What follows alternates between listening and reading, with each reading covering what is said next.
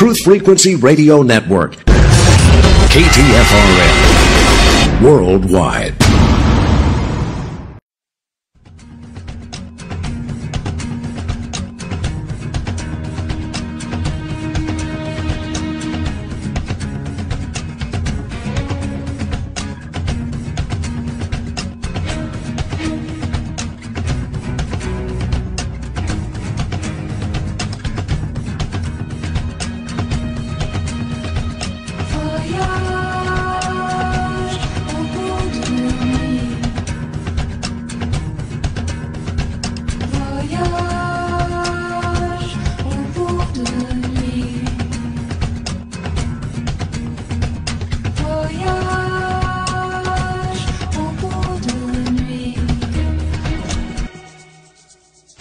Welcome, Shadowland Voyagers. In the spirit of sovereignty and self-empowerment, we invite you to journey with us into the Shadowland. Let's rediscover, reclaim, and integrate the fragmented aspects of our individual and collectively held consciousness. Realize true freedom and restore authentic expression. Could it be the only way out is through the Shadowland? Welcome, everyone. So great to be here again with you in Shadowland Voyagers. And tonight we have a very inspiring guest that we are all really excited to share space with and to share with you. His name is Ralph Smart. Ralph Smart is a psychologist, an author, an alchemist, researcher, musician, graphic designer, filmmaker, and infinite being. He was born in London and has traveled to 5 different continents. Ralph is the founder of Infinite Waters, a media channel on YouTube showcasing gripping documentaries and inspiring weekly videos that have touched thousands. Infinite Waters dive deep into uncharted waters of human potential to help activate our true power. I have to say, Infinite Waters is like drinking down fresh water in an oasis for our souls. Ralph, in my opinion, is a modern-day prophet, a wayshower who has danced, dived, and embraced awakening for us all to follow. He invites us to become lovers and artists of life. I know tonight will be an infusion of stupendous life force for you all. Ralph stepping to the beat of his own drummer, drumming a tune for us all to put on our dancing shoes. The flame of the divine masculine is alight in this creative genius, and he is shining it out to inspire each and every one of us to dive deep into our own infinite waters and become brilliant stars of a new era. I'm here, Sienna, with my 2 co-hosts, Christina Grant. Hello, everyone. And Elizabeth Hansen. Good evening, everyone. I have just a couple more things to say before we bring Ralph on.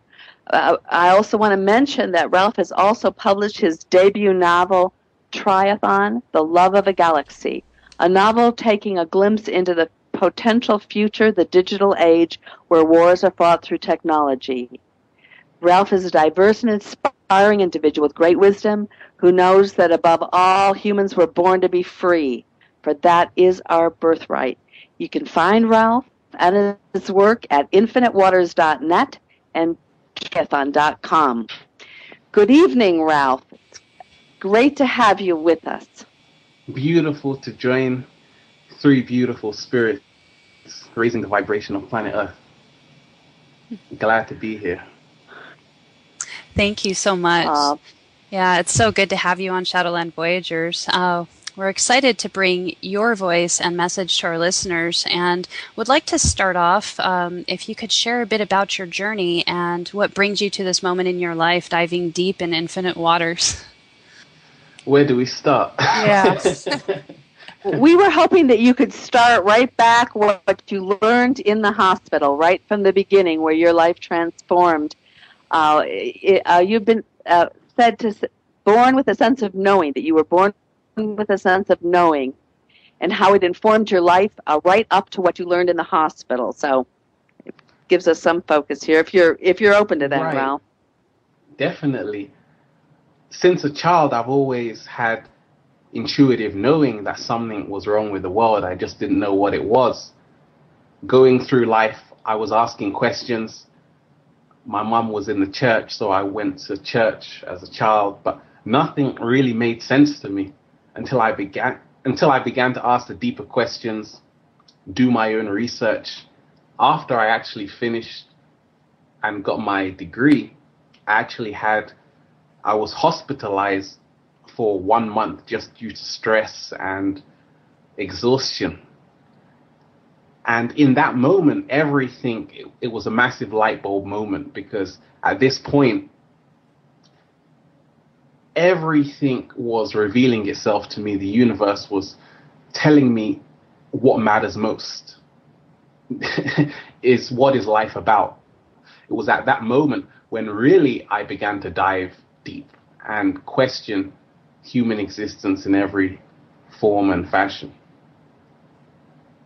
So, Ralph, do you mean that you were like a normal, quote-unquote, guy in university studying? I'd like to hear like where you started from a little bit more, if you'd be willing to paint that for us. Right.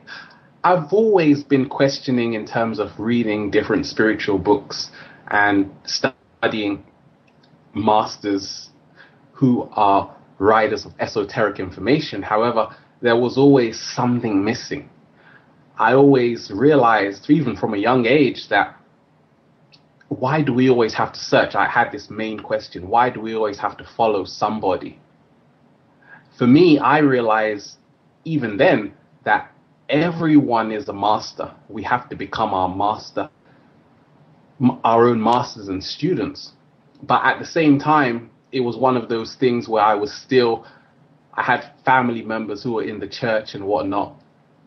And I would go along, I would just listen, knowing everything was a pack of lies. So a case where I always knew, but I was very passive about it. I was like, okay, let other people around me do what they want. But in my heart, I always knew that we were free, sovereign beings. Wow, that is so apropos, because there are so many people right now in that same place. I think the awakening is happening, but people are finding themselves in their churches, in their communities, at their jobs, with their families, and they have loving hearts, and they don't want to upset the apple cart, and they go along, and they go along, and they go along, and then once a Ralph. I think that, at least for me in my journey as well, Ralph, I also spent time in church, and like you, I knew deep down the whole time that it just wasn't right. What they were presenting wasn't truth. I knew when they talked about God that wasn't really the consciousness that is this universe, and I tried to express it, actually. And I tried to, express that I didn't feel that Jesus wanted to be worshipped like that. And they couldn't grasp it. But I do feel that, and perhaps there are many people out in the religious communities have this deep knowing, but they've, for whatever reason, have given into the programming. Maybe they're afraid to follow their heart. What would you say to someone who may be wanting to break free of that? What would give them the courage to do so? What would you say to that? Many people are stuck where they are based on their own energetic vibration. So many of us, everyone is exactly where they need to be. And the more you dive deeper, you realize that you don't have to do anything or say anything to anyone, because everyone is learning. Like, church is part of the training program here on planet Earth. It's great, it's useful, it's same as schools and universities and all of these things. It's all part of the game. So for a lot of people, I always tell them that we have to just listen to our hearts, and if you start questioning, always follow it. Like they say, follow the white rabbit down the rabbit hole. So we have to really go with our gut instincts and go with it, because a lot of us, unless something major happens, really and truly, there's no need for anybody to take action. Unless something happens, someone dies or something happens. But many of us, we're far too comfortable. So that's why so many people stay stuck, because there's just simply not a reason to go to the next level. So for you, Ralph, when did it get really uncomfortable? You had said, I'd like to break down a little bit more detail of how you shifted from being fairly complacent, going along, having this awareness and connection inside yourself, but where it broke for you. Definitely. For me, I realized when I was studying, a lot of my friends, they were going into debt. And it just makes sense to me that you're paying all of this money to get an education, but in the long run, you're going to have to work all of these years just to pay it back. So at that first moment when I was in the system, I knew it was a kind of game. It was we were being set up, and that made me question deeper. But more so, I just saw how I've always been able to tap into the energy around my environment, and the energy of the planet right now is rising, but at the same time, there's still a lot of heavy energy around. So by tuning in just to the energy around me, by just being sensitive to it, I was able to see that we're living in a crazy house here on planet Earth. That's the best way I can describe it.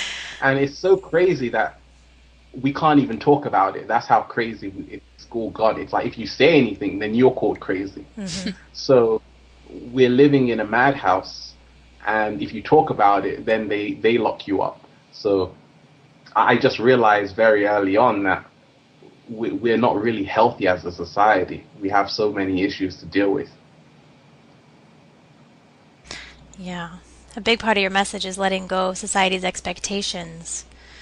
Right. Which I think is so freeing, and returning to your heart and letting go of beliefs and moving into knowing. Can you speak on that a little bit?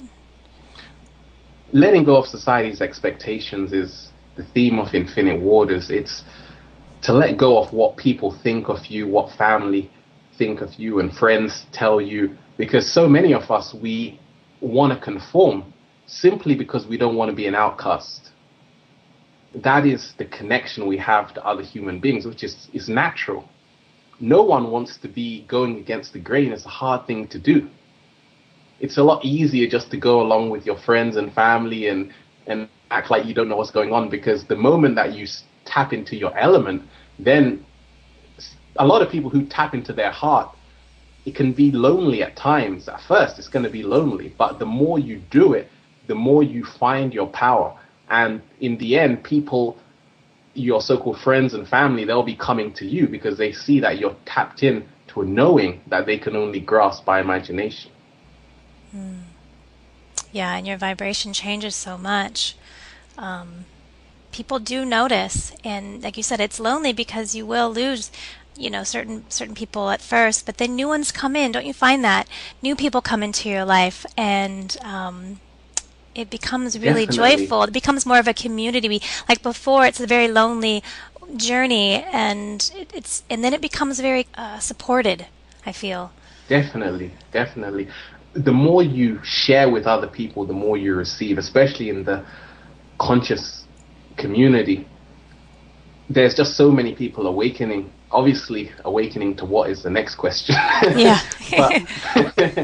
But there's a lot of people who are just finding and realizing the power is within, and a lot of people have so much to talk about, and there's never a dull moment. Right now, united we thrive. It's not the time to be alone. It's the time to connect and create this great network all around the planet.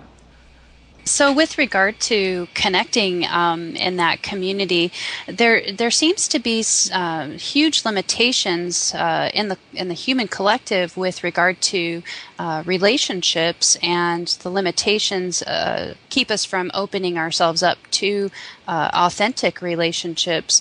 And I'd like to know if you could speak to that as far as your journey goes, the different kinds of things that were required on your journey in order to find your human family, the connections that you found in your life today, what it took for you to work through that. Because I think we are looking at, one of our past guests talked about that the human family has been detribed, and it's coming into a time now where we're retribing, and we don't know what we're doing in an authentic relationship. So I'm wondering if you can speak to that a bit.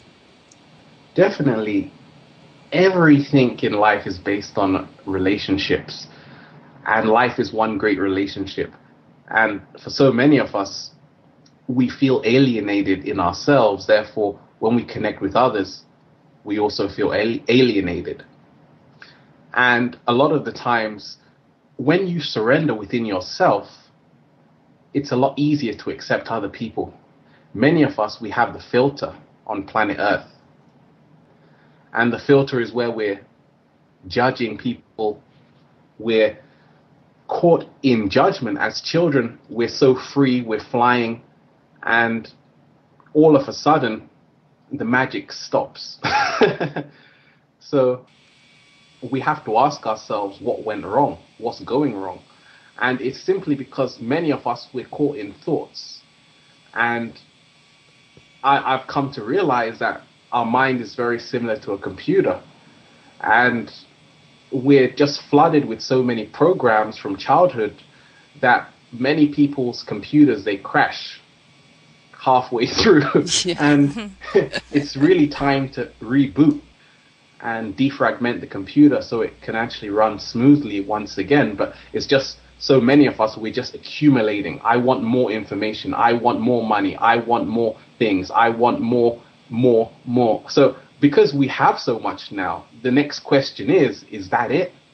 And a lot of us, that's the whole thing. Even in this conscious community, a lot of us, we want the truth. And I always tell people, you are the truth. You don't have to search outside yourself. You just have to see the truth in everything around you and embrace it. But many of us, we've been conditioned to always seek outside of ourselves and externalize our power. So even a lot of our relationships are based on hierarchy.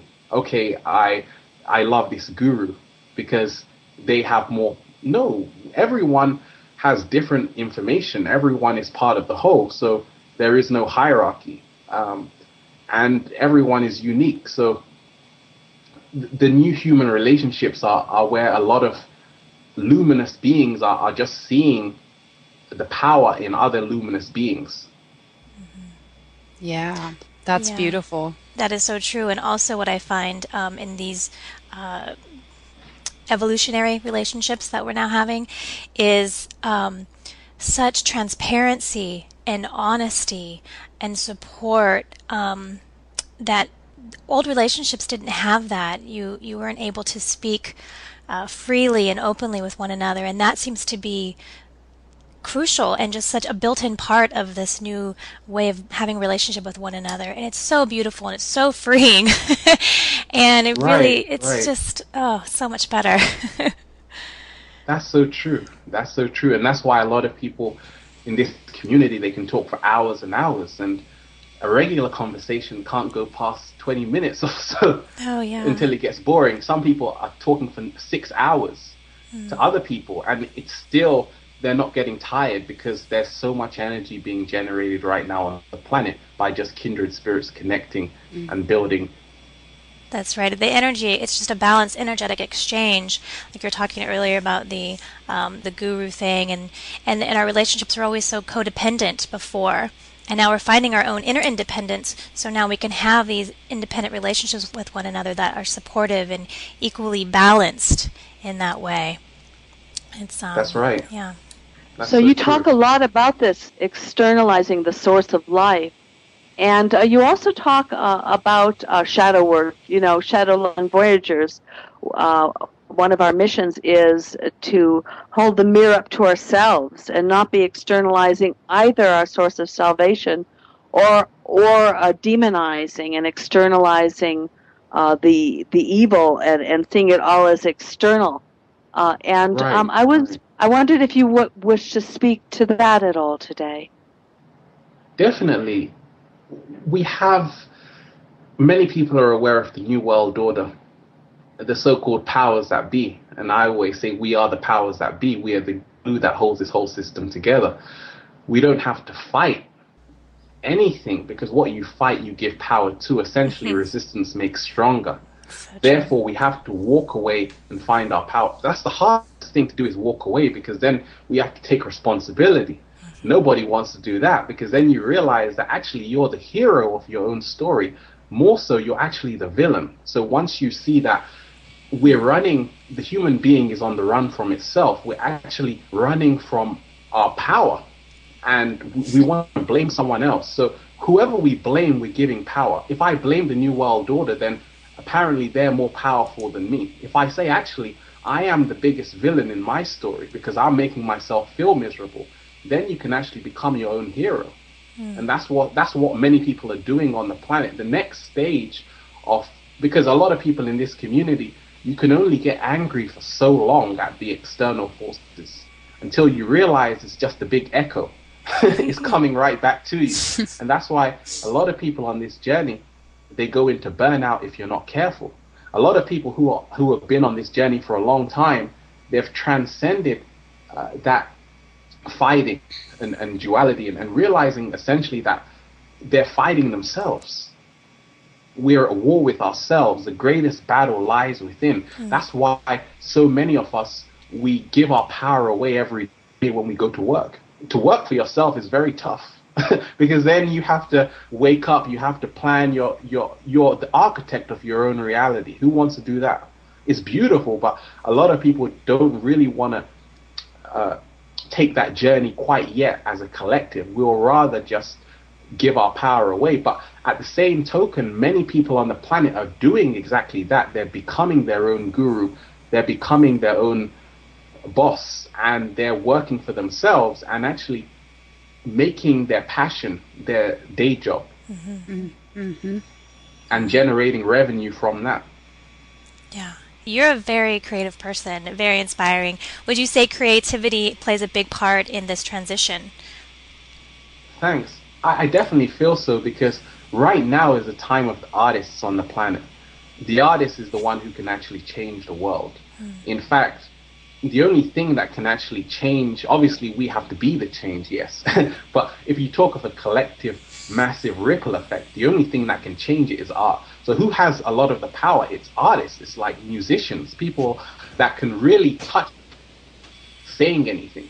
Because I've learned it on my journey, even though I talk, but at the same time, you can have an artist, a singer, who just sings a song, and then all of a sudden the next day they have 20 million views on YouTube. So they're getting a message to 20 million people. That's a tremendous amount of power.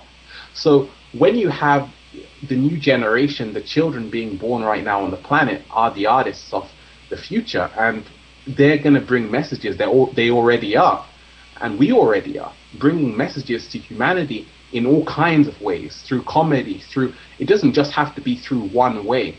But essentially it should all be about raising the vibration on planet Earth and making us look at each other in a whole new way, and to see we're so much more than what we've been told. Absolutely. And see that life is a creative act. Life is art. We are the artists of our lives. Right. Once you can do that, you can create anything in your life. I mean, your life is your creation. But you have to get down to that deeper part of yourself and operate from that part. That's where your power lies. And that's what I love about your message. It really just turns you back into yourself. And it's just so empowering. Your message is so empowering. Thank you. For me, I just feel it's beautiful just to share it and see that there are other people out there. I'm not the only one going crazy. Right. But you're putting yourself out there. You know, I mean, it does take a certain amount of courage to really put your voice out there like you're doing. And I commend you for that, and thank you as well. Definitely. Thank you. And there are other people doing it, and that's the Yeah. beautiful thing, because when you do something, you actually allow someone else to do something themselves, and you realize that the human voice is so powerful. A lot of people say, "Oh, my voice doesn't matter," but it does. And that's why, if people actually realize that, you can create the ripple effect which is needed to create universal change on the planet. If everyone says, "Okay, my voice counts," says the message, and then it's over. But a lot of us, we're getting there, thank goodness. Yeah, Yeah. thank goodness. Well, that brings up the topic of self-worth and self-love, right? I mean, if someone doesn't feel their voice is worthy, where's that coming from, you know? Definitely, because we've been made to feel inadequate. From the moment you're born, you're told by your parents you have to become something. So as children, already we don't feel worthy, because we feel we have to obtain something. You have to go to school, you have to study. If I haven't got qualification, who's going to want me? How am I going to get a job? How am I going to be accepted by society, where everything is based on prestige? So many of us, unless we have something, we don't feel we're something, because we don't feel that we're qualified to talk about something. If I'm not a doctor, then why am I talking about health? But the new paradigm is realizing we're all of these things without studying them, because we are the book. We have it all inside of us already. We just forgot. Right. We crossed the river Styx and forgot. It's part of the journey. It seems like quite an interesting journey to go into the void and darkness and densities, and through the forgetting, the veil of forgetting, and then start to remember again. It's a very fascinating journey, that is. On the other side, I might add. Fascinating on the other side, the interest there. A huge theme within your work seems to be the value of the questions. Can you speak to that a bit? We're always asking questions as children. And when we stop asking questions, we stop growing. Essentially, a question expands you. The answer contracts you. So the more we assume, the more we're actually closing our minds about the infinite possibilities that actually exist. The more we are open, then we can actually see that life can be so many different things. To say it's only one thing is to live in limitation. We have to realize we're living in a world of infinite possibilities. And the more you question, the more nature reveals itself to you. And it's just liberating, because you realize, okay, how can you explore infinity but take one step at a time? And through that whole journey, you begin to surrender, because you realize, okay, I'm humbled by nature. I realize I'm not greater than nature, I'm part of it. I find that in my journey as well, the surrendering is such a huge part of it, and continues to be, and that within that vulnerability is empowerment. It's where I feel connected to life itself, when I let go and just succumb to life. Definitely. That's the way to be, and that's what so many people are doing. We always have the question, but how are you going to survive? And I always tell people, you have to master two worlds. You have a lot of people who are so right-brained, beautiful spirits, who are so into knowing, so into the spirit, that they just leave everything behind, and they forget they're living in a 3D reality, which can become quite hostile if you're not watching what's happening. Yeah. So you have to merge the right and the left brain together. A lot of people right now, the new paradigm is all about fusing the two together. People who are deeply connected to the spirit, but also know the ways of the world. And these people are the pioneers of the new paradigm, because in essence they're connected to the spirit, but also they know how to play the game. And we are in a big game. It is. When you can see it like that, life becomes really fun, even when it's challenging. You know, it's like, Right. ooh, it's an opportunity. Okay, let's see what I can do with this, you know? And also you were saying about the merging of the right and left hemispheres. There's this idea of, leaving the mind behind. But you need your mind too. You need your mind in check and have it work for you. Bring that into balance as opposed to letting it run the show like it's done for so long. Right, right, right. We have to remember to have fun as well, and that's what I feel so many people are doing. You tap into your creativity that way by letting go. And a lot of us, we are still very rigid, because if your mind is rigid, then your body is also rigid and your spirit is rigid. The three are interconnected, body, mind, spirit. So therefore, once you begin to let go physically and mentally, then everything takes shape. And it's all within us. It's all a choice. That's the whole thing. Every day we have the opportunity. The only question is if we want to take it. That's right. And to let go, you have to have that trust in life, in yourself, in your spirit to take care of everything. That everything is going to be okay. Everything happens the way it's meant to. You said that earlier, and I fully know that's true as well. So it's that trust you have to develop with life and yourself so that you can let go and you can surrender. It's a huge part of the process. It has been for me in my journey, at least. Oh, yes, yes. We have to see we can't please everyone. And for so many of us, we always want to please people, family, friends, and whatnot. And when you just let go of all of that and just accept yourself 100%, love yourself, everything comes into its natural flow. So true. So what about television, Ralph?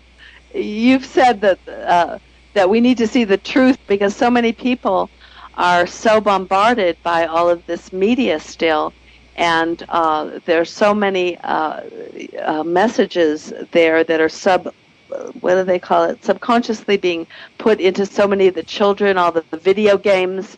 And I noticed, I live in Ecuador, but I noticed in America that even the trains, the buses, the coffee shops, everyone has their face in a computer or in some kind of a machine. We are living in a machine world right now on planet Earth.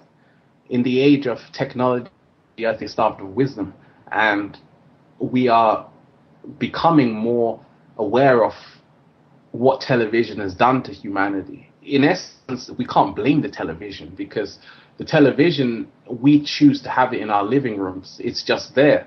And a lot of us, we have to see, why do we need the television? That's the bigger question we have to ask ourselves. Why do we need the television? And why have we needed the television for so long? Because so many of us, we're alone. We feel we have to be plugged into something, iPhone, iPad, because without those things, then we have what we call the existential vacuum, where we have the void, the big question mark. Oh my gosh, what am I doing here? Quickly, get the BlackBerry, log on to internet, quick, go to Facebook, and now you're okay. So the moment you disconnect from it, then the question mark appears. And then life throws the question at you. A lot of people don't want to deal with the question. And television tells lies to your vision. We have to realize that it's part of the game. It's part of the matrix. And it's there as a training program for us. And a lot of what's on the TV is really aimed at children. It's not really aimed at adults because most adults have lost their minds already. It's the children who are impressionable. And the first 7 years of a child's life is so profound that anything they're downloading, even when they're not watching the TV, if it's on in the background, it's going into their subconscious and it's actually forming the way we see the world. In essence, the TV is where we get most of our ideas about the world from, so it actually governs our reality. And about how to deal in relationship with each other as well. It tells you exactly how to act compassionate, but not really be compassionate at all. Yeah. Not be honest, in your relationships. Right. We look at male and female relationships on the planet. Everything is connected. The reason why a lot of male and female relationships are out of balance is because the world is out of balance. Nothing is separate. Therefore, if there's war on Earth, we are also going to be at war with ourselves. The Earth, in essence, is just a reflection of what's going on within us all. So when that changes, then everything will change. But as long as it stays in its current state, there will only be more divorces. I'm sorry. But it's simply because we're living in a society of instant gratification. And that's the same with relationships. The TV tells us what women are, it tells us what men are. And unless we can actually unveil what is being said and decode it, we'll only go with what the TV says. The TV, in essence, is the new Messiah. Actually, the computer is the new Messiah. It's the new God being on the planet.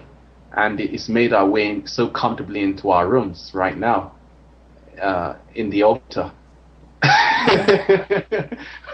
But it's just amazing when you realize, for me, I'm grateful for the TV because it showed me and it's revealed a lot about myself. More so, why do I need a television? I don't have a television anymore. And for all of these things, I just see them as lessons we have to learn. That's right. That's right. All these things, that's where you find the gratitude, like you're saying. Anything that happens in life, that is difficult, or you find, was programming you or what have you, as soon as you turn and look at it and you can see the value of it, and then you can grow from it. And I find gratitude is a huge part of this. It's the byproduct of doing shadow work. That's what you get from it. You get more gratitude. You get more of your authenticness. And can you speak on gratitude in your journey? Yes, we have to be really thankful of just even being able to be aware, because a lot of people lose their minds in the process of awakening. And a lot of people become consumed by the massive, it's overwhelming sometimes. And that's the whole thing. We have to to be in balance is the greatest gift. But more so, we have to be thankful that we're sharing, like this conversation. I'm thankful for it, that we can share with like minds, we can have a support network. And to see that there are millions of people around the planet with the same thoughts that you have, and who are ready for the earth to be taken to a higher vibration. Yes. Now, your book, Ralph, can we dive into that at all? It's about a technological age. It's about what we have here on steroids. And it's, by the way, it's incredibly beautifully amazing, sexy, passionate, free-flowing. It's just soul food. Your book is awesome. Ralph, can you tell us what inspired you to write the book, how the book was created, your intention behind the book? Definitely. I had the idea for the book for a couple of years, living in London where everything is moving at super light speeds, and you're seeing this whole society change where everyone is plugged, like you said before, into a machine of some kind. And it's just looking at how human relationships are changing. Where before people would pick up a phone and call someone, now we're actually always on the phone and we're always plugged into some kind of machine. And we have to ask ourselves, is the human that we know today, are we going to change into something else? And that's really what triggered it, just the whole technological age we're living in, and just to see the beauty of technology, but also how we have to also be vigilant that it's also can become a prison if we're not careful as well. And it can also block us from nature, which is the original technology anyway. I'm interested in your take on women. You have some very interesting YouTube videos on your channel. And one of them is called Men Love Bitches. And I want to hear you talk about that at some point in this, and the role of women. Women continuing in the chaos. I'd love your take on some of this. Sure. When we look at the role women have in society, we realize Mother Earth, we're living in a feminine planet. Birthing, you see fruits being created all around the planet. So therefore, when you realize the power of women, and a lot of women don't even realize their power to influence humanity. And once they tap into that, then it's over. And when we talk of why men love bitches, which was a book written by, I forgot the author's name, we have to see that a lot of men who have really been programmed by the system come to realize that they want the hunt. They want something. Everything has to be difficult. It just fits into the program. And this is something which affects us all, because many women who are really into being independent and all of this, playing hard to get, that might be appealing to some men, but we have to ask ourselves, is it all men? I don't think so. And we just have to see that a lot of times this is not who the woman really is. It's just a mask, it's a persona. So many people fall in love with a mask, and it goes vice versa. Many women fall in love with a man with a mask as well. And he has a great job, he has a lot of power, he's the top guy in the company, but that's not who he really is. And when we go past that, then everything reveals itself. And what we're in love with is only the wrapping. It's only the wrapping of the paper. So when we talk of why men love bitches, for me, I just feel that it's only a small amount of people who are in love with this illusion. And the more and more people begin to dive deeper, they realize that everything is just based on a construction of the mind. So in my journey, I found that there was a lot of conditioning around ideals and tastes that you're speaking of with regard to being in relationships with one another. We all have our personal tastes and things like that. And ultimately, I found that when I started picking through all these belief structures and contained within my own psyche, that none of what I thought I wanted, I didn't want anything I thought I wanted. And then I realized I didn't even know what I wanted in life. And I couldn't, from then to now, I couldn't have fathomed the grace that life is taking by removing those, I guess you could call them implants, ideals. Then once I was able to start removing those things, my life has taken a grace in which I couldn't have dreamed of. I'm wondering if by uncovering all of those conditionings, we start to discover more of what we want, but it takes time. What was your journey like during that time when you were kind of removing those plugs or those ideals and conditioning, and then in that, I guess you could call it like a no man's land. There's like this period in between of no man's land when you don't know what you want, you don't know who you are, you don't know where you're going. What brought you more into balance with your own divinity, your own essence? That's a great question. And for me, it was the journey actually began when I began to look at my diet. That's when a lot of things began to fall into place. And that's why I said before, everything is interconnected. When I began to look at what we're doing to animals on the planet, because a lot of human beings, we're very funny. We feel we're superior to every other life form on the planet. Therefore, we become aliens. That's what's happening. And as well, when we butcher animals and we send them to the slaughterhouse, it was at that moment I asked myself, hey, what goes around comes around. If we're butchering animals, then we deserve all we get, because no life is better than another life.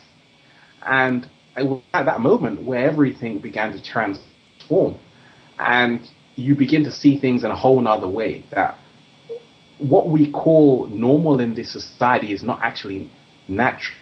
It may be normal, but it's not natural. Yeah. And the whole system it's so many things happening all at once, but it's all interconnected.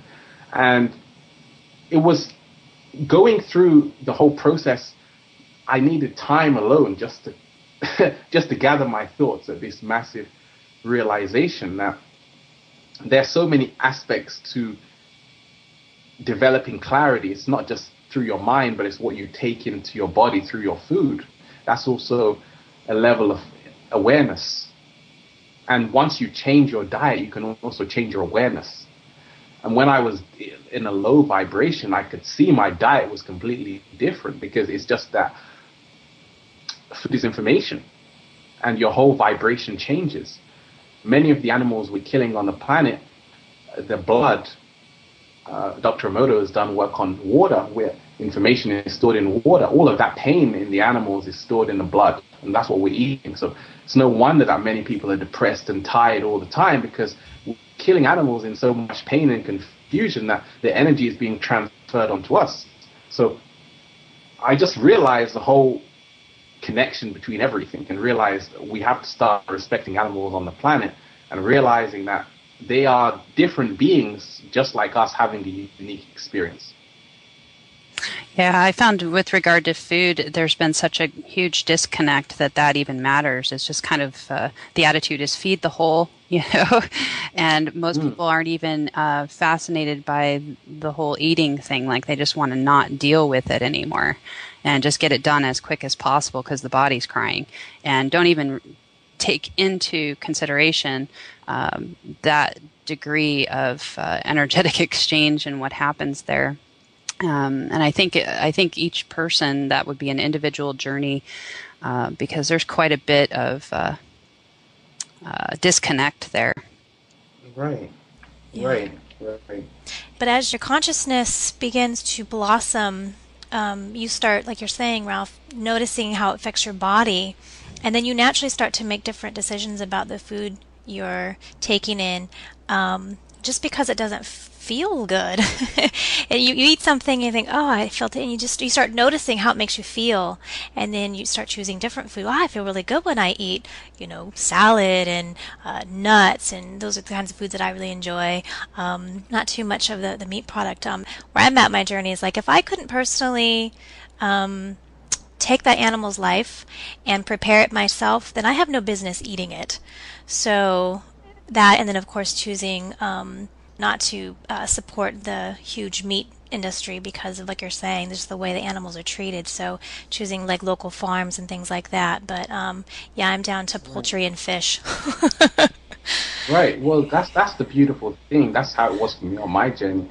I did everything in stages, and you can't just go cold turkey. But to be honest, I always say there's no good or bad. There's only consequences, and that's what we're all living right now.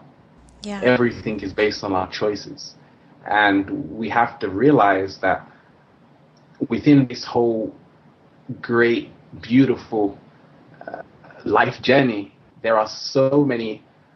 Every day we're seeing another new event taking place, which is just shattering our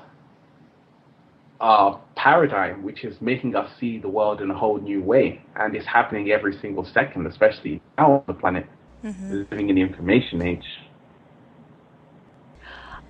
Yeah, that is such a stressful thing for people, because even though we're not talking so much about the external Shadowland that we're all a part of, but we do know that as the new energy is expanding, then the draconian influences, the GMOs, just the sheer level of the chemtrails and the HAARP and the bombardment of our bodies is so gigantic, the level of it, and people are wanting to make a shift, but a lot of people are so sick right now. I mean, I'm seeing it all over the world, getting blanketed with H1N1, and I mean, I'm not trying to create the energy for anybody, but it's the reality. How do you muster this beautiful artist soul and creative essence that you've managed to how do you pull yourself up from this constant sewer that we're being dipped into? Right. Well, that's a great question too, because for me, I came to the realization that becoming lighter is the only way to fly. We have to take things extremely lightly here on planet Earth. Don't take life too seriously. This is what I tell myself. Have fun. Remember to have a good laugh before you go to bed. Laugh at the game. Laugh at yourself. By taking things lightly, you begin to fly. That's how angels can fly, because they take things lightly. So we have to realize that many people, that's why I tell people, the more angry you become about the system, the more you will drown with it. When you become light, then you start flying out of it. You fly out of the lower vibrations and densities. In essence, we have to realize that we are creating our own reality based on our thoughts and feelings. Once we realize that we are responsible for that, then we come to a greater power. We see the greater power within ourselves. And we also have to see that we have to connect with kindred spirits like what we're doing now. That way you also can come out of the sewer. Many of us, we're addicted to fear. And that's the sickness we have. Good news doesn't sell. We want to hear 30 people dead in this country. I want to see news about terrorist plots and all kinds of things. So we see that, yes, it's beautiful to be in the know, but what we're doing, what we're unaware of, is that we're actually creating an appetite for all of this energy. Therefore, our stomach is getting larger for more fear. And that's why a lot of people who are addicted to fear, it's like every day they need a higher hit. It's like they need to watch 4 hours now of this, all of kinds of things, bad things happening. And for me, it's beautiful to be aware of things are happening. Yeah, we're living in a crazy lunatic asylum. But more than that, what are you going to do about it? That's the next level. Totally. We can only stay seeing our problem before we do something. What positive change are you doing within your own life to raise the vibration, or are you just going to be witnessing your own demise? Or a pawn in the game. Right, a pawn in the game, and that's the thing, really. Absolutely. I loved how you said that. So you're valuing something completely different than what's being put in front of our faces, basically. You're changing your whole value system in that you're actually seeing that all of these suggestions that are flying through, let's just call it the matrix, you're just kind of saying, no, I'm not resonating with that at all, and maybe looking at the veins on a leaf, going and sitting outside and connecting with nature. Right. We have to see, that's why, although there are artists here right now, but at the same time, we're still not actually, we don't know what we can do on this planet. No human being, we've been through so much trauma, each one of us, that we're not really our true selves. We're not tapping into our infinite potential right now. I'm certainly not. If we were to do so, what would happen? That's what we have to ask ourselves. It's if we were placed in the environment, right, from childhood where we could really cultivate our gifts, we would be the X-Men. We would be doing all kinds of things. But many of us, we're recovering alcoholics of the system. Yeah. Out of rehab. Yeah, we're fresh out of rehab. I am as well. It's one of those things where we're coming out of a massive tsunami wave and we're just recovering. But at the same time, we're still not there where we're tapping into our infinite greatness. We're just really at the basic grassroots level. Yeah. Many people are working hard so every single day. You have great creative beings such as yourself, what you're doing, and other souls. But at the same time, we have to also see that everything is a process and it's not going to happen overnight. Rome wasn't built in one day. It didn't take one day for things to get like this. Therefore, it's not going to take one day for us to get out of the situation. The universal mind control on the planet, which has engulfed so many, has really, we're under a spell on planet Earth. And the more bizarre you are right now, the more successful you'll be. And that's the new theme of the Matrix, to just say, it's just incredible how the spell has been weaved in. It's been done through Hollywood as well, because we have to realize that because everything is based on art, that's what Hollywood do so well. they are the artists actually of the planet right now, because when you're going to see a movie, it's not actually entertainment. It's there to actually shift human perception of what reality is. So therefore, they always need to create movies. That's part of the magic. I mean, you have wizards, people who we think that we know it all. There are many beings on this planet who know what human beings are capable of. That's why there's so many distractions around. Yeah. Hollywood is so hard to take right now. I can't watch TV or hardly any movies. Oh my God, I saw a movie the other night. The level of dark black magic, the symbols, and the amount of programmed violence, it does feel like the draconian final battle just pounding into us. It's so offensive and it's so wounding, and it's unbelievable the level of violence that they're pumping out. All the games for the children, and the children are so addicted to all of those games still. And there's, it's so fast moving. And I mean, I have little 18-year-old friends that, they're playing with people from all over the world in these war theaters. And it's so compelling because they're using the bait of all of that interaction and global connection, but they're doing it still in that arena of death. It's really, it's sad to me that it is. I had a great realization just looking at the posters and the billboards, and you see that nearly every Hollywood poster there's someone with a gun on the front cover, and I was like, what's going on here?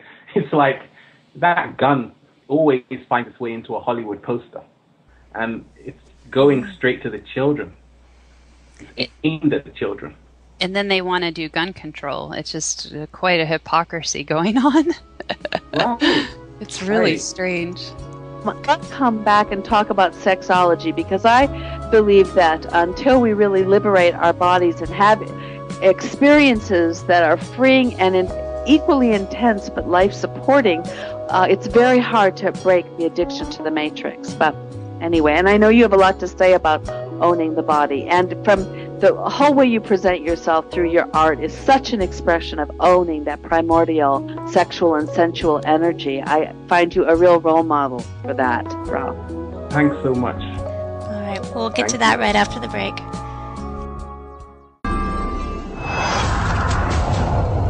There's only one choice. To resist. This is the Truth Frequency Radio Network.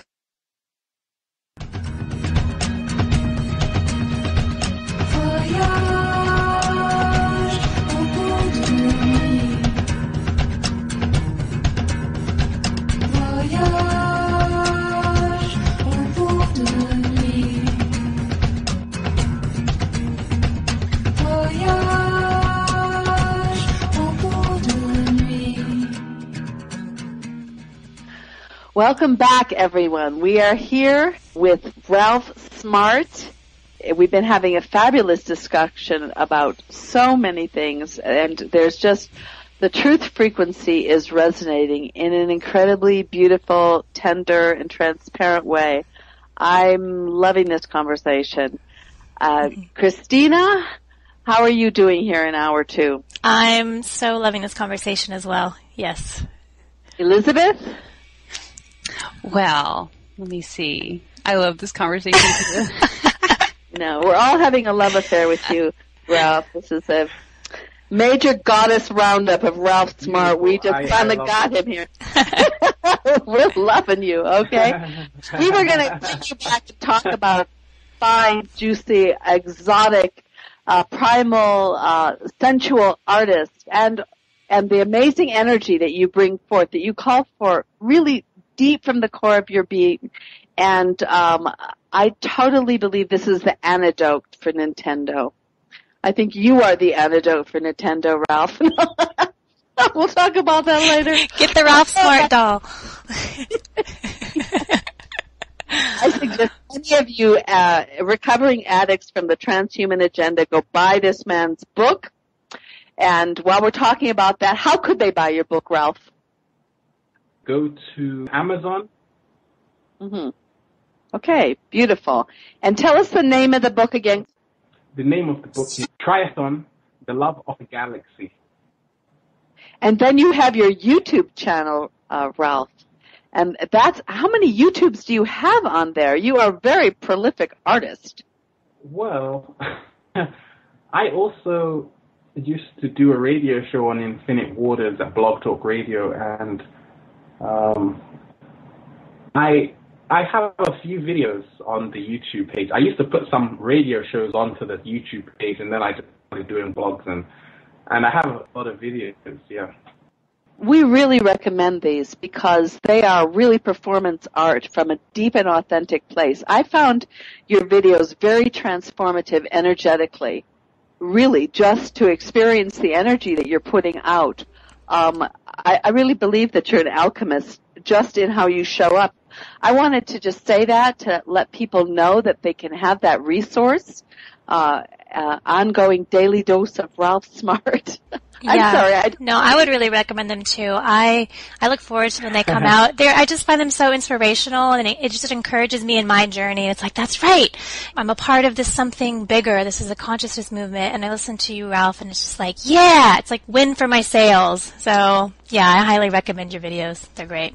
I would like to talk about the divine masculine and women and men and all of this good stuff and the role of our bodies. You talk a lot about that, Ralph.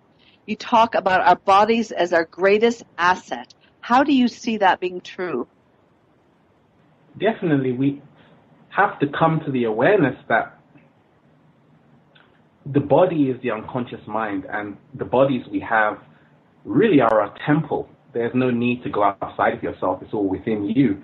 And when we talk of male and female relationships, when not just women realize their body is a temple, but also men, then everything begins to change. When we also don't follow the conventional norms of what it means to be male, what it means to be female, all of that is processed junk, and it doesn't really get any of us anywhere. And we have to realize that someone could be male and they could have a more feminine energy than a female, just as a female can have more masculine energy, so-called, than a male. We have to realize the infinite nature of how energy passes through us. And the energy, the yin-yang principles exist both within male and female. However, a lot of us, we might lean more to one way. But in terms of building greater relationships on the planet, it takes a lot of work. And that's what I realized on my journey. It takes a lot of work. Nature, in fact, we have to ask ourselves, why did we come here? We came here to discover ourselves for self-mastery. Therefore, every day we have to be cultivating our gifts and talents. When we can do that, then our relationships change. Everyone we come into contact with, everything is transformed. Many of us, I just did a video, why am I single? And a lot of people, even in the conscious community, they find themselves alone in bed. And simply because, obviously for some, it's a beautiful transformative experience just to have that free space to be able to stretch your legs.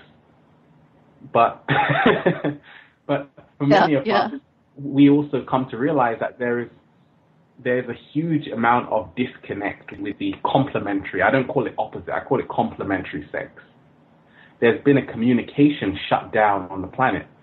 And it's because we don't know ourselves, therefore how can we even begin to attempt to know someone else?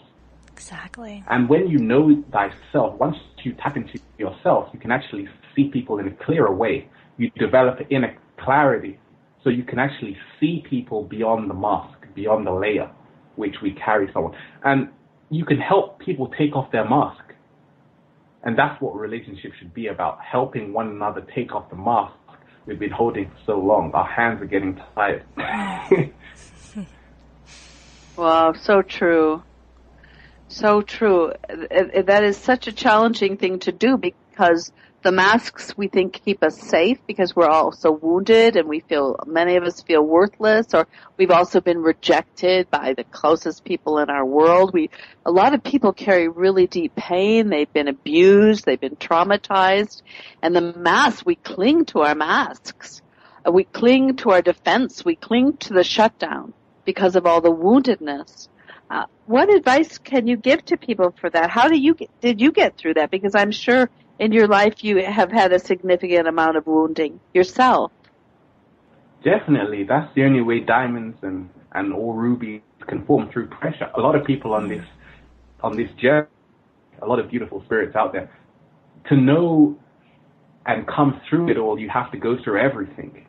And you have to go through the good, the bad, and the ugly, and hopefully you come out at the end of the tunnel and you don't get stuck down there. But a lot of the times that is, and we have to remember there's nothing bad about that, because we have to aware that it's not just about being happy all the time. People are happy, which is great too if you want that. But a lot of the times we have to realize we're living in a universe of many different life forms. Some people are here just to cause mayhem and destruction. That's their job. And when I realized that on my journey, I realized, okay, it's liberating. But when we talk of relationships, we have to realize that we attract what we are. When we talk of divine masculine and feminine, we attract what we are. When a lot of us are in a low vibration, we see everybody else in a low vibration. It's hard to see anyone in a great light. However, once you tune into yourself, activate your power, then you look at everyone as beautiful, because essentially it's what you are. We are seeking our reflection. And when we see it in someone else, ourselves, then that's where the great relationships takes place. Yeah, it's so true. When we're at a lower vibration, we're looking through that filter, and all of this seems about 1,000,000 miles away. And I have to say, I'm so grateful for your transparency to say that, you're not always holding this pristine light, and you're a recovering addict from this matrix, as we all are, because I think that it's really hard for people to feel good about themselves when we are still transferring through damage and through pain in places where we're not so pristine, and to still decide we're going to be empowered and still keep rising above and going through the challenges, and that's our correction course, and we don't have to feel badly that we are both of darkness and of light. And you're right. Yeah. The greatest thing I came to realize is that with positive and negative, they're servants for the Creator or Mother Nature or God, whatever you want to call it. They're actually servants for it. So therefore, the darkness is just as powerful as the light and is just as beautiful as the light. Oh my gosh, what are you talking about? Yes, that's what I'm talking about. We have to embrace our shadow self. In fact, that's where we find our greatest power. A lot of people say, okay, how come a lot of so-called evil people are living in these massive mansions, and how come the universe doesn't make them suffer? No, because the universe is perfectly neutral. It's like a genie. The universe is far greater than our petty minds, and that's why a lot of people, we can call people evil, but at the same time, the universe doesn't know what evil is. It doesn't know what the hell you're talking about. It just works on universal law. And a lot of people who are manipulating reality, they are tapping in. A lot of these people are well studied in universal law and esoteric information, and they realize that Mother Nature is like a genie. It's very, very neutral. It's just like children. Children don't come to the world saying, oh, I don't like this person, I don't like that person. They have no judgment, and that's exactly how the universe is. It sees everything as very neutral. It has no hierarchy. And we have to realize that when you can actually tap into the so-called darkness, then you also become illuminated, because you find your true light there as well. And a lot of people in the so-called New Age movement, which is beautiful, we just want to focus on the great things, but as well, sometimes we have to go out in the woods. We call it the Shadowland. Shadowland. We have to go in the Shadowland. I love that. You have to go in the Shadowland and then realize once you can actually live in the Shadowland and feel comfortable there, then guess what? You can feel comfortable anywhere, and you can thrive anywhere. And that's the beauty of it. It's not just about staying in the rainbows and in the beautiful flowers, because it's safe there, but at the same time, if you just stay safe, you'll never go anywhere. Well, yeah, you'll never go find those treasures that are over there in the Shadowland, those diamonds and rubies, as you said. They're hiding over there. So you gotta go get them. Well, it's really great to hear you say that. Yeah, there's so many love and lighters, and they don't realize that they're actually channeling a false light, that actually there's great darkness in the false light. That I would much rather be right in front of me somebody that is straight on dark and admitting it and not playing any games or any deceptions, because in the reality of admitting whatever we are is the greater light, is the ascension process. And I wanted to talk about the ascension, how you see the ascension process yourself, Ralph, and how we are going to make it through duality, finally into this. I don't know if you talk about 5D. A lot of people are talking about that. There's so many different interpretations, but I would really respect your take on the ascension process and like to hear about it. For me, there are no dates of ascension. 2012, some people are saying 2020 is the next 2012. We transcend time, we exist beyond time. Therefore, past, present, future all happening simultaneously. 5D is just a word to me. It doesn't mean much because words always conceal the truth. Words are limitations in their essence. So we have to move beyond words. And if someone says 5 doesn't make a difference, because some people are already living what you're talking about. And we have to just realize that anything can happen with us at any time, right now. Wherever you want to be, if you can dream it, then you can be there. There doesn't have to be a waiting room or waiting, because everything is connected. We're already there. We're already in our future right now. So for me, the ascension is just about realizing you don't have to externalize your power to a savior outside of you. Realize everyone is a master, and see everyone is unique, and let go of competition as well. And to see that you don't have to fight, you don't have to die trying to make it, which so many of us are doing. We have to do the survival program. Money, which is currency, is what moves the world on the planet. And a lot of people who are in this movement, that's a question mark. How do I make money without selling my soul? And you can do it. I've done it. It's just all you have to do is cultivate your gifts and talents and know how to play the game. But for me, that is rising to what ascension is. It's about learning how to play the game. Realize you're creating the game, writing the script of life. We're drawing whatever we want. That's right.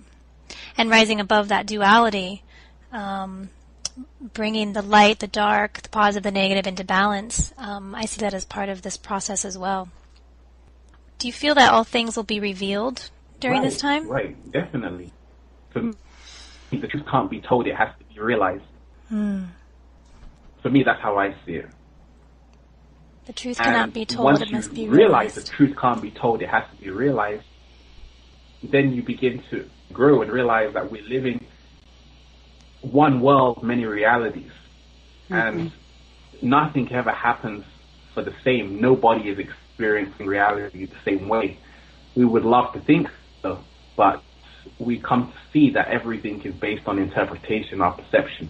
Where we are energetically is how we see the world.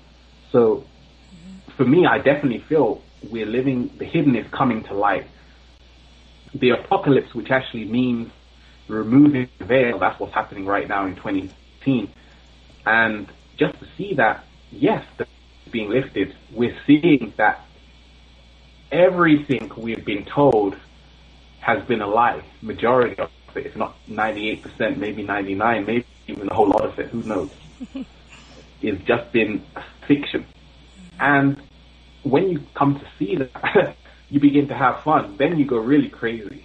I tell people that people haven't really gotten crazy yet. I mean, people are just people. When the mass population starts to realize this, all sorts of things are going to be happening because the system is going to be shutting down, and we have to get a new one. So the old out with the new is beautiful. Yeah, it is beautiful. There's no assurances. That's the thing. You know, when you're living in the now moment, you're going with the flow, and you're not asking what's coming in the future because you're so interested in the discovery of the now moment.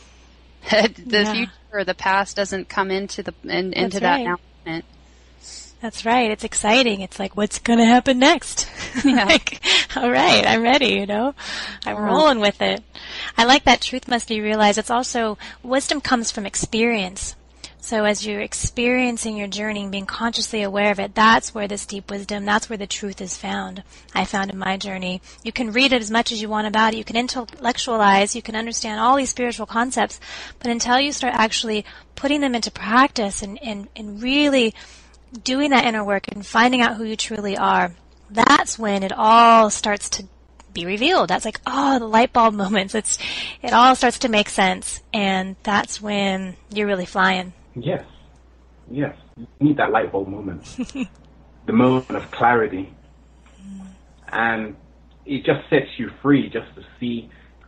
There are so many mysteries about this planet, but the greatest mystery is why so many of us are afraid to really talk about it. That's what we have to ask ourselves. In why so many people, although people are coming out of their shell, but still the collective, many people are still suppressing their emotions. And we have to see that we still have a long way to go. If you can say that, then everything opens. You can actually relax because you realize that we're sleeping. Many of us are still in a primitive state. And it's due to the manipulation. We have to see that as well. Well, we're not the only beings on planet Earth. That's what I came to realize. And when you realize that, then the whole ball game changes. We're not the only ones here. And that's why we are the animals that we butcher. So when you had that moment of reckoning where you saw the darkness in yourself and the complicity to go along with the program, how did you come to terms with that so that you could move more into the light? I mean, what that moment of reckoning, I think that's what most people are afraid of, is seeing their own inner darkness so that they can move forward. What was that like for you when the switch was flipped and the light was shown in that space? What was that like for you? Just kind of to support those that are facing in their journey this moment of reckoning with their own inner demons. It was a crazy, beautiful time. Yeah. For me, it was a case of just realizing that we have to not be afraid to see our true reflection. And there were times where you were just alone researching, reading a book, doing this, and then suddenly you realize all of a sudden that you are the book. And you have to embrace your craziness, realize you are not crazy. There is nothing wrong with you. And when you can say that, everything changes, because you realize that many of us are like zombies walking around this planet. There are many people who have just desensitized themselves completely to what's going on around them. And I feel that's the hardest thing to see people walking by you who just look empty. And you almost feel like, am I empty too? Is it me, or am I going crazy, or are they crazy? So when you're stuck in limbo, that's the hardest thing to ask yourself. Is it me or is it them? Maybe I should just get into the system, get a regular 9 to 5 and just shut up. So no. That feeling so don't do it. Yeah. Don't go back. Yeah, I found when you find that compassion for yourself and, finding that you're really not crazy, you're just human. And when you can find that, or when I found that in myself, then suddenly I had that for others, and the judgments stopped and the compassion just stepped in. It was such a big part of my journey, a big piece I got early last year.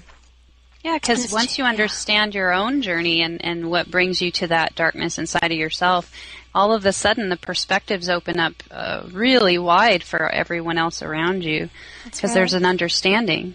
Yeah, you realize that everything you're experiencing in your journey was perfectly, I mean, yes, you're responsible for it, but it's there to learn and grow from.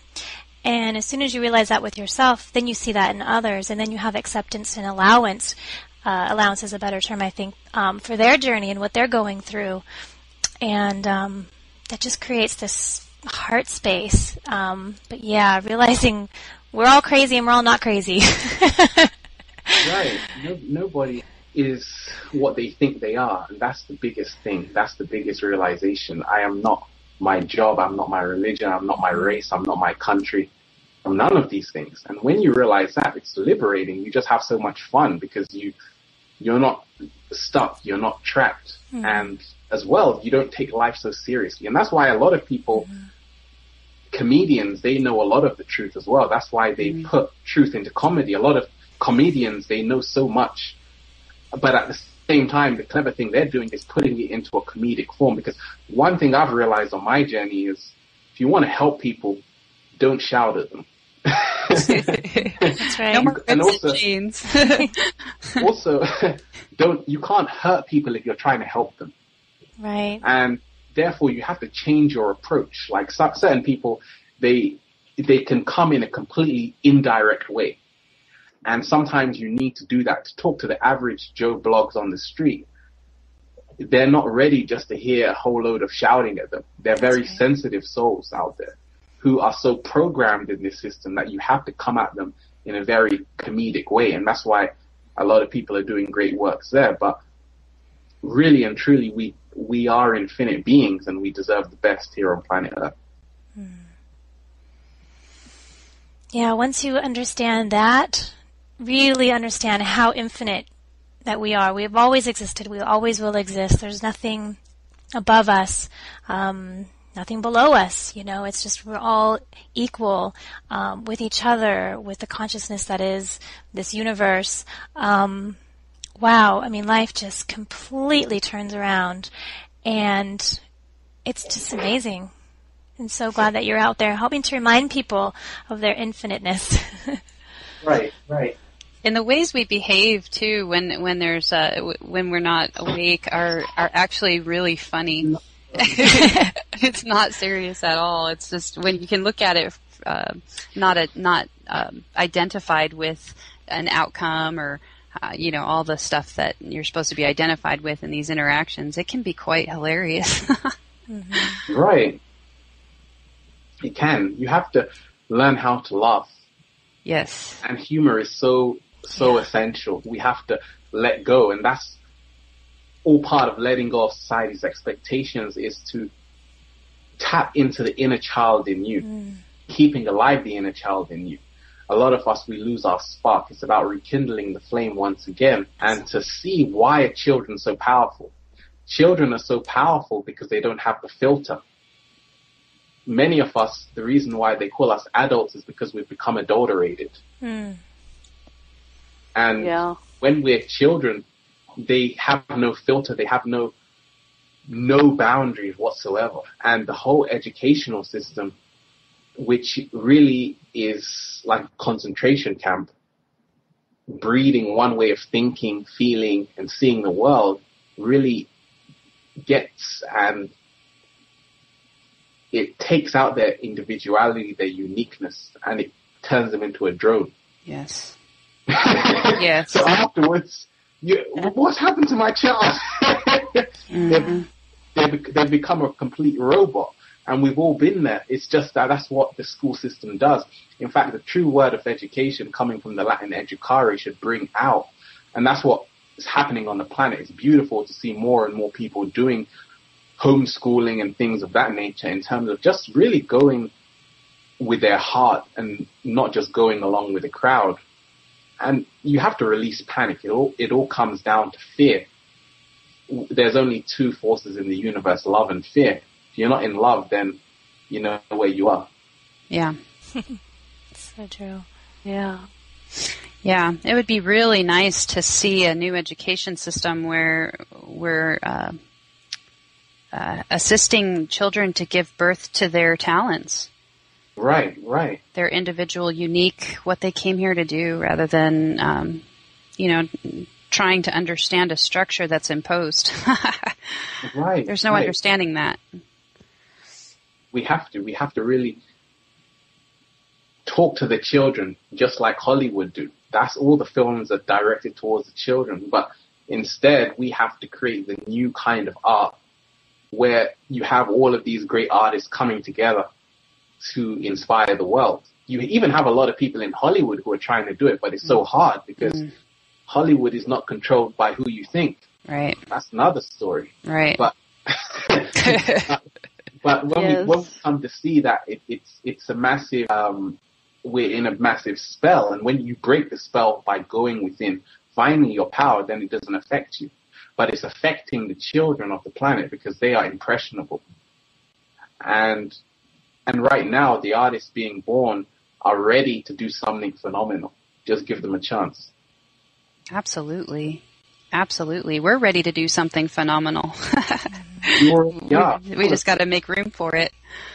Right. All of this is amazing just to see how we're connecting, we're sharing, and we're creating the ripple effect that's needed. Yes. You need a small amount. That's the whole thing. A lot of people feel, what can I do? No one is hearing my voice. All you need is just to reach one person, and you've done your job. Goodbye. Yeah. That's it. Well, you send it out into the collective field, and then it's there for others to pick up on just energetically through their consciousness. It's out there, so it's available now. Right. Definitely. I mean, as I've been shifting, one of the main themes for me has been to be of service in a real way, to share, and then bring other people sharing to the public, about what it takes to cross the threshold of limitation and say, I don't want this limitation on my expression any longer. And the first thing I got was to be of service. And I think that a lot of people, a lot of the recovering addicts, just out of the recovery home for sure, that's what's happening, as we're being called to stand up and have a voice to as many as will hear. Definitely. We have to do that and realize that just one person is all it takes. If you can reach one person, then that's beautiful. A lot of us, we want to save the world. I say good luck. Yeah, no. Yeah, that's it. The noble cause is not, yeah, that's another form of limitation, isn't it? Right, but as well, you come to realize, like, for example, I'm on YouTube. The YouTube world is a beautiful world too, because you have so many different people who make all kinds of videos. And you see also what is trending, what is going into the mass consciousness on the planet. And yes, there are some inspiring messages out there, but the majority of it is very low vibrational. That's what gets the big hits, like millions of views. Just talk about complete something which is funny, which is great, but it has to always be beating around the bush. Yeah. You talk about the most random thing ever, and then you'll be a superstar. Oh, yeah. And, and that's fine, because life is part of that. But how come there's no, like, massive, inspiring messages with millions and millions of views? Like, in terms of, there's such a lack of that, and that's done by design. That's why YouTube actually changes design.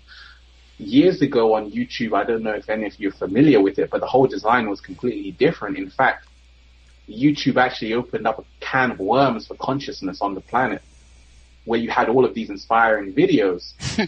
And so many people were awakening, like around 2008, that time. And over time, the design of YouTube became more cluttered, more non-user friendly, but still they can't resist it, because right now, this is the age of information. It's the age of the water bearers, where the truth will come to light. Yeah. or darkness. It's right. All of it. All of it's coming to light. Like you said earlier, the good, the bad, and the ugly, it's all coming up.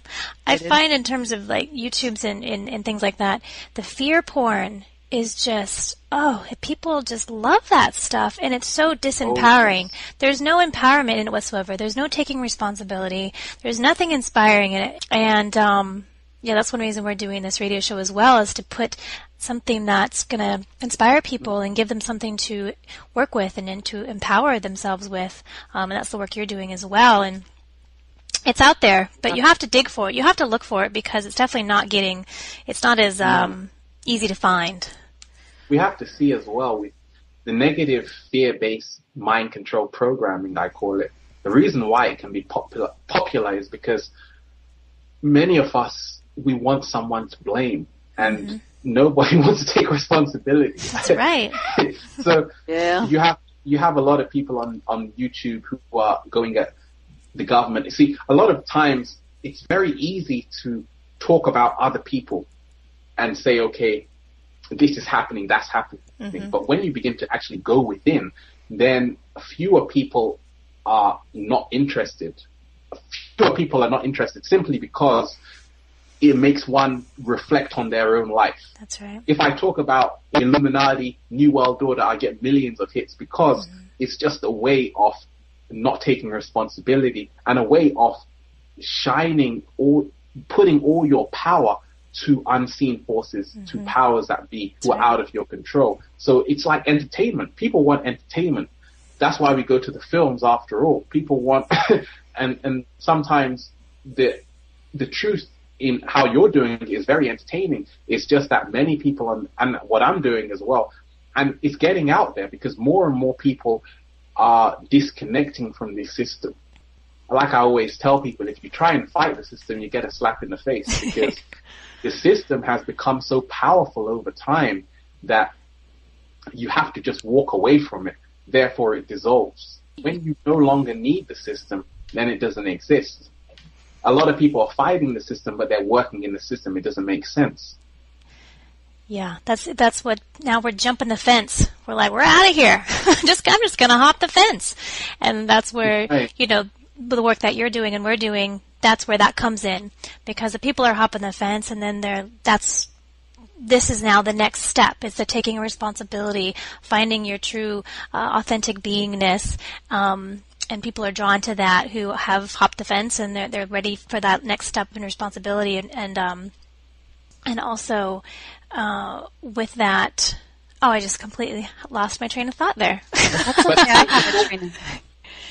I have a train of thought that's brewing like a beautiful soup. I'm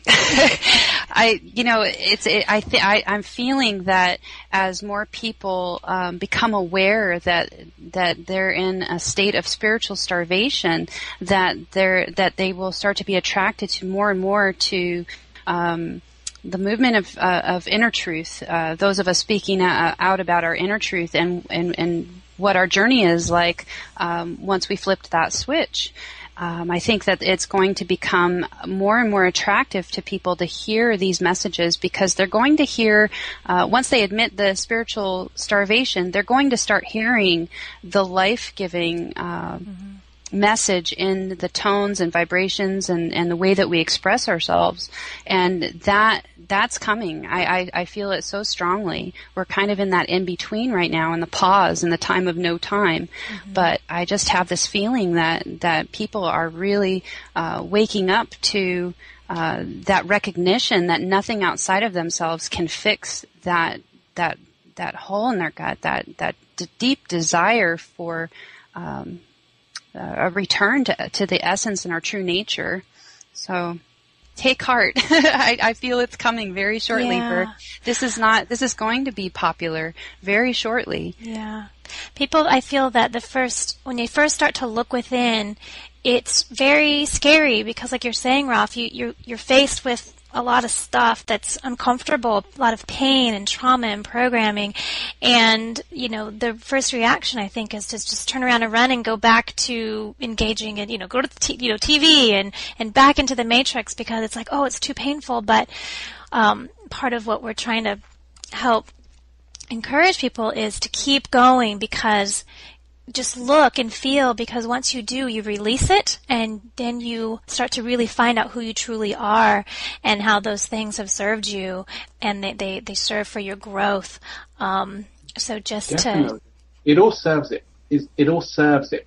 It all serves its purpose. Mm-hmm. And we have to see that people who are very right-brained, who are very intuitive, very connected to their emotions and just going within, it's beautiful, but also embrace the left brain, which is just the blatant programming of the matrix in terms of the political arena. We also have to look at that as well, because that's also part of our growth. Mm-hmm. And when you can embrace both, that's what I see in the new paradigm, where people who are very also connected to the spirit and going within, but also see the political game which is being played, the TV game and the matrix game. Those two, the fusion of those two creates tremendous power. And people who are on the internet, you have people like Alex Jones and what have you, doing great works in terms of just bringing people who are at the questioning stage, but at the same time, once you transcend that, you realize there's so much more. Yeah, you got to get through that part. Don't get stuck there.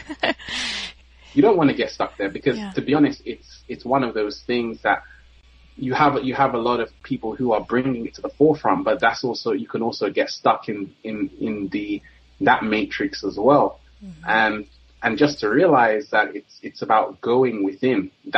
Because a lot of times people, to do this kind of work, when you're always in fear, eventually you'll burn out. And that's what's going to happen to a lot of people, because eventually the more you feed your desires, this diet of fear and chaos and violence, essentially that's what you become.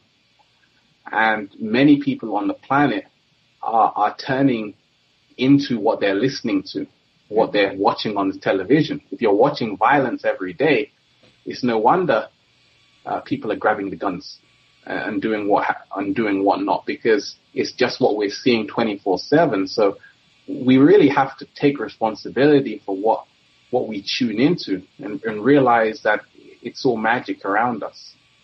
That's why they call it the TV channel, right?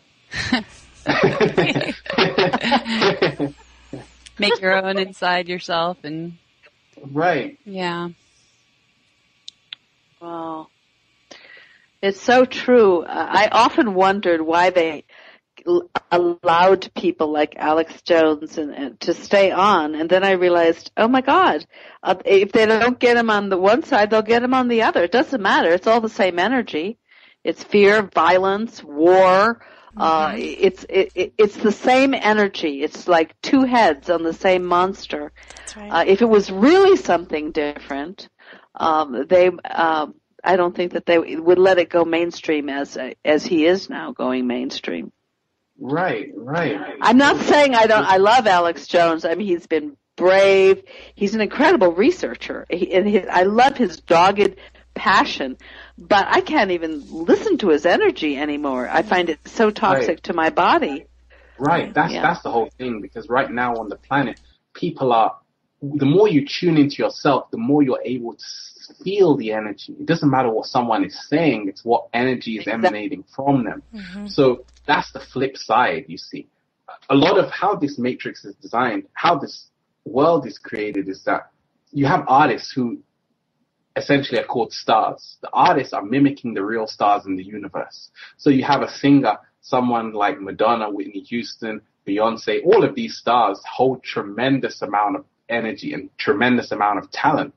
Rightly so, because they can influence the consciousness of the planet just by singing one song, you see. So in essence, when we realize that a lot of people are drawn to these singers, even when they're not singing about anything, not for the words, but the energy that's coming out of these singers, you see.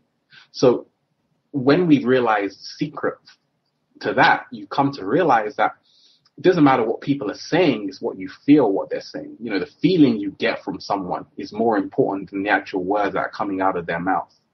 Therefore, a lot of people now, they're turning and beginning to hear in their heart what people are saying instead of their minds. And if they're not feeling good when they're listening to it, or if it's not connecting, then people don't want to hear anything.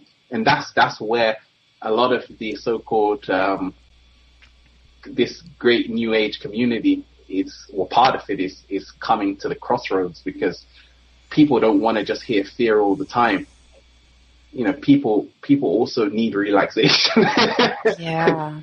People need to detox and get their minds right. We don't need more added stress. But like you said, it's two parts of the same coin.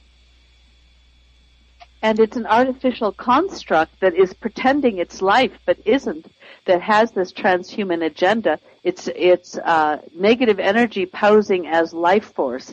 And when we finally figure that out, that it is an artificial intelligence programming us towards destruction, and we can feel it in our bodies, we can feel it in our heart, then we truly have choice.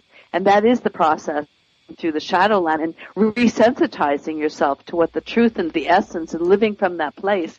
And that, I think that is the huge tipping point, is when each and every one of us can feel the difference between life force, something that is in harmony, that is honoring and respecting life.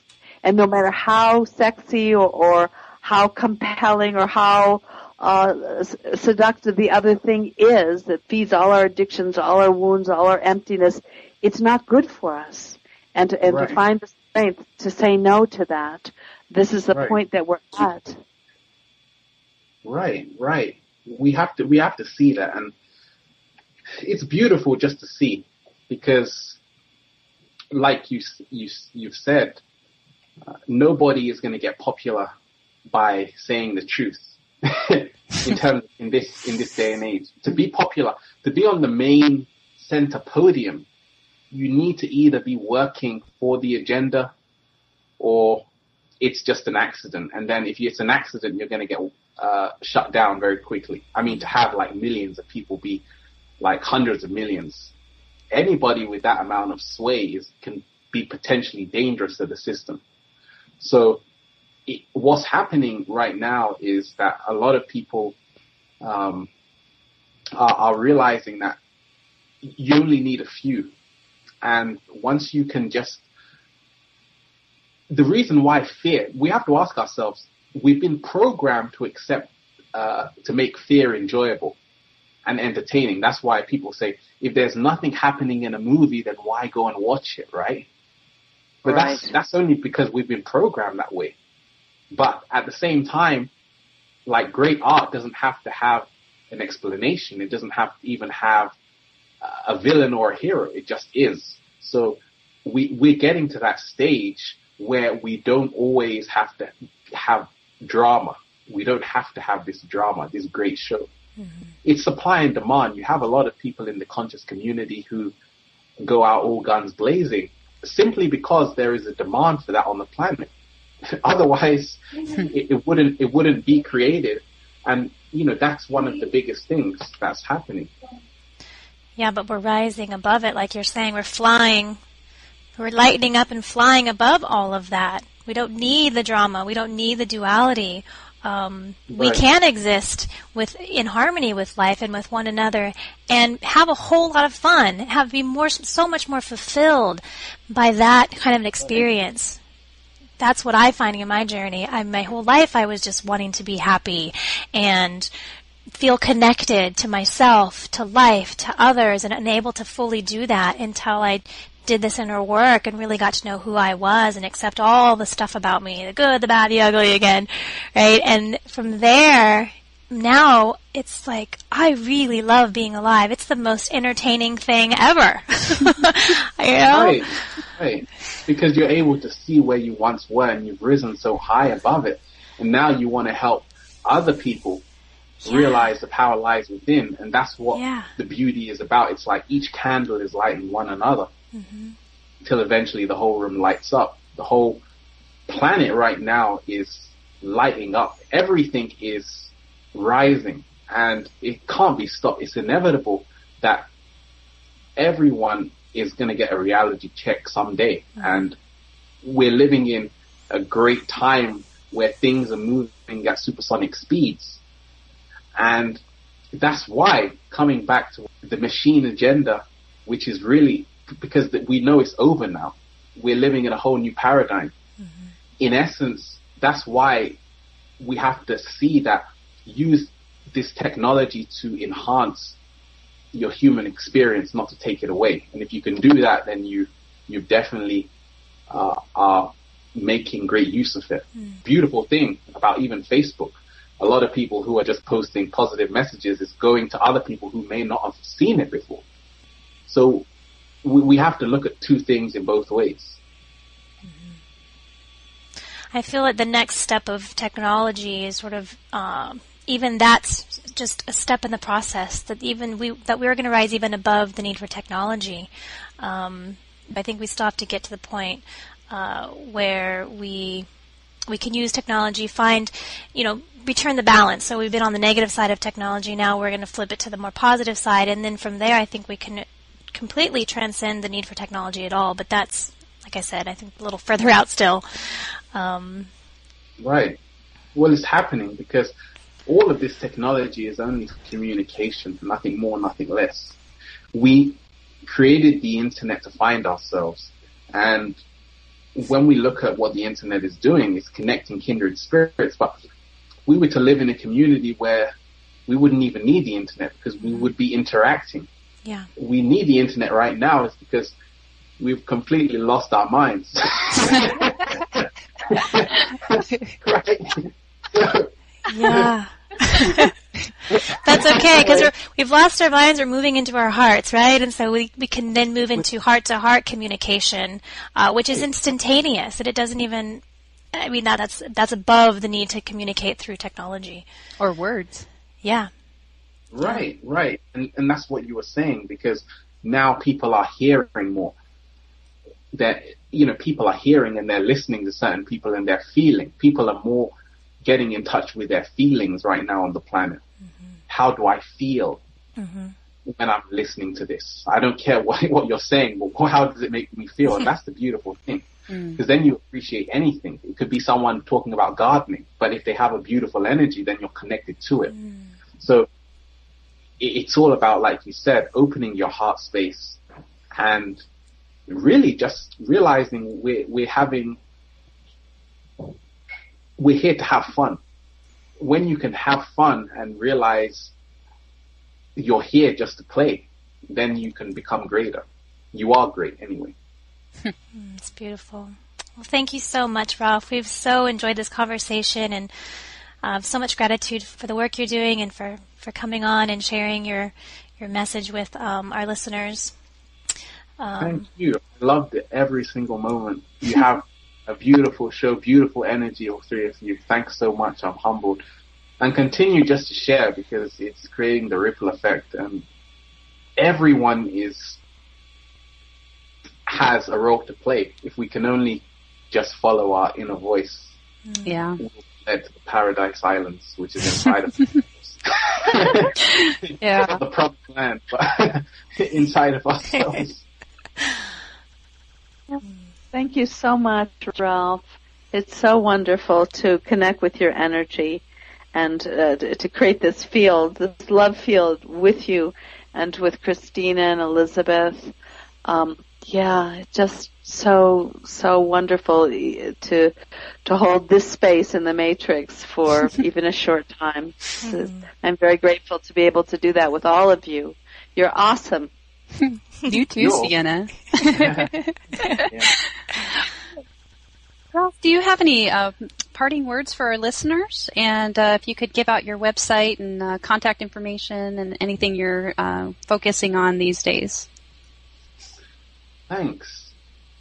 Anyone can go to my website, www.infinitewaters.net. You can find all the videos there. Also, you can go to the YouTube page, Kemet Prince, Kemet Prince 1. That's at YouTube. And feel free to email me, infinitewaters@gmail.com. I just want to thank you all for being so welcoming and having such beautiful energy. And I would just say to people that when we talk of letting go of society's expectations,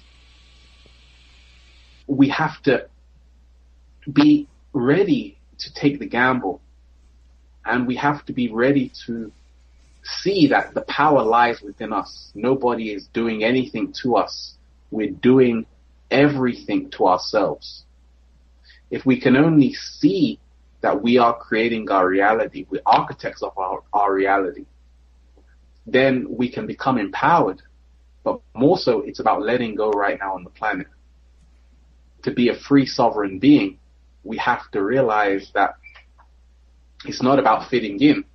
It's about being who you are authentically. Oh, that was beautiful. Thank you so much, Ralph. Yeah, wow. Thank you. Yeah, thank you. So good to connect with you. Thank you. Much love and abundance. Yes. Well, on that note, good night, everyone. Join us again next week. Good night.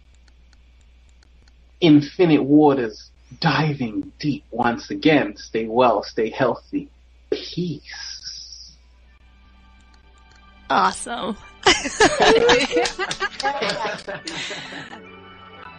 The dynamic of harmonizing good. Allow it to flow through your soul, because inside it will make you whole. I'm talking about you being you, because no one else can set you free but you. I'm putting gas in my car.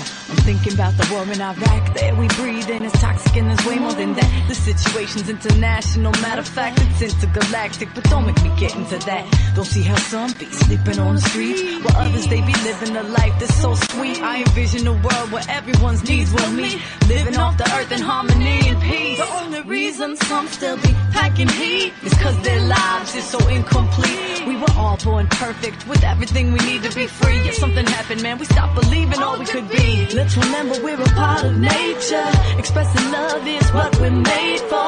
Deep in your heart, the answer's not far. Let's come together now and play our part. Don't like what you see, and the pain's just too much to believe. Say I can feel it calling me. I'ma be the change. It's all in me.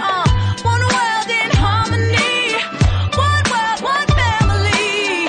I ain't waiting on nobody, cause I'ma be the change. It's all in me. Hurricanes, tsunamis, wars and famines, between religions, misunderstandings. Many different people with the same passions, just disconnected from our cause and our action. It's time we recognize the law of attraction and see we receiving exactly what we asking. Am I focused on lack and limitation, fear and separation, or am I open to a new conversation? I'm talking about the love vibration. Everybody wants unification.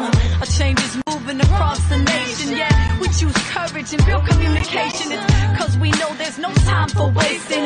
The state of this world is our creation. Let's take a good look around this place. Yo, turn off your TV now, it's time to face this reality. Yo, this is the real show.